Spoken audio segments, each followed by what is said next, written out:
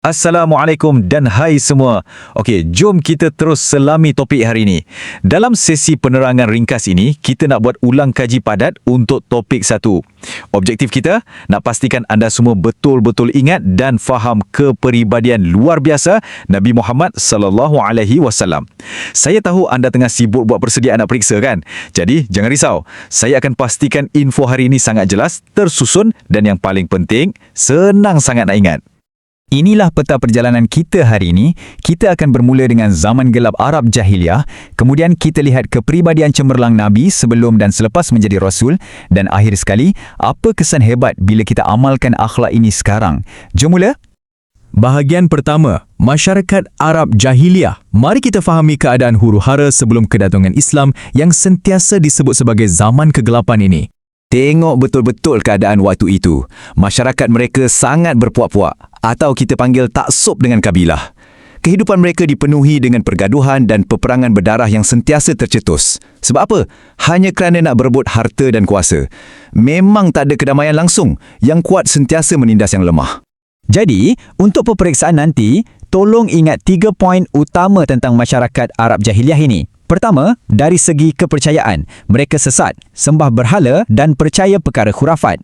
Kedua, cara hidup memang sangat teruk, minum arak, berjudi, menipu dan yang paling kejam, sanggup bunuh bayi perempuan yang baru lahir. Ketiga, dari segi masyarakat, mereka asyik bermusuh dan berperang sesama sendiri. Bayangkan betapa gelapnya zaman tersebut. Cuba anda bayangkan, macam mana nak jadi orang yang baik dalam persekitaran yang sangat toksik macam itu? Susah kan? Tapi di situlah perbezaannya. Di saat masyarakat sekeliling bersikap tidak jujur dan kejam, kepribadian Nabi Muhammad tetap teguh. Baginda sangat amanah, penyayang dan adil. Ini yang buatkan akhlak baginda betul-betul bersinar ibarat cahaya dalam kegelapan. Masuk ke bahagian kedua, kepribadian sebelum kerasulan. Macam mana kepribadian mulia ini terbina dari awal lagi?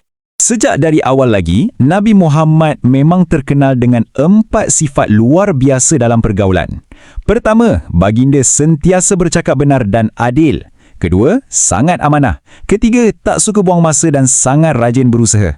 Dan keempat, baginda ni sangat penyantun. Sentiasa berwajah manis, senyum saja dan seorang yang pemaaf. Untuk mudahkan hafalan anda, pastikan anda kaitkan sifat-sifat ini dengan contoh spesifik. Sifat amanah baginda terbukti bila baginda diamanahkan menguruskan perniagaan Sayyidatina Khadijah. Sifat adil pula, baginda berjaya elakkan perang besar antara kabilah masa peristiwa nak letak balik Hajarul Aswad. Kalau bab rajin, baginda tolong ibu susuannya Halimatus Sa'diyah pelihara kambing. Dan semestinya, baginda sentiasa penyantun dan pemaaf kepada semua orang. Masuk ke bahagian ketiga, ketegasan menghadapi penentangan. Keadaan jadi jauh lebih mencabar selepas baginda diangkat menjadi Rasul dan mula berdakwah. Waktu ini, masyarakat jahiliyah bangkit menentang hebat. Tapi, macam mana baginda bertindak balas? Adakah baginda melenting dengan kemarahan? Tidak, sama sekali. Baginda guna 3 pendekatan yang sangat berkesan. Kesabaran yang luar biasa, pendirian yang teguh dan perancangan strategik yang bijak. Contohnya, walaupun bapa sedara sendiri iaitu Abu Lahab dan isterinya selalu hina dan menentang dakwah baginda, Nabi tetap sabar. Dan apabila musyrikin Quraisy datang bawa tawaran rasuah yang besar, harta bertembun dan pangkat dengan syarat baginda berhenti sebar Islam, ada baginda terima? Tak.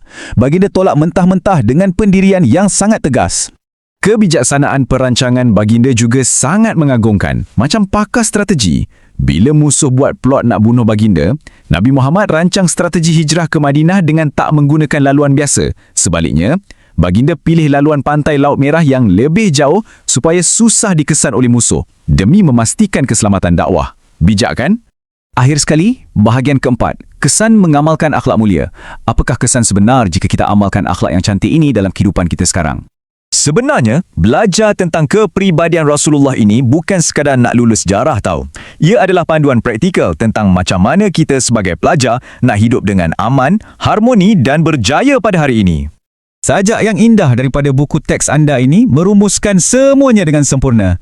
Bila kita tiru akhlak Nabi, kita bukan sahaja disayangi Allah, malah disayangi ibu bapa, dihormati oleh guru dan kawan-kawan.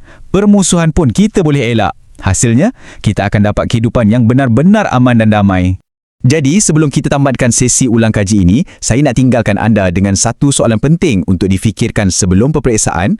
Macam mana anda nak ambil pengajaran ini dan betul-betul praktikkan akhlak Rasulullah dekat sekolah bermula hari ini? Fikir-fikirkan tau.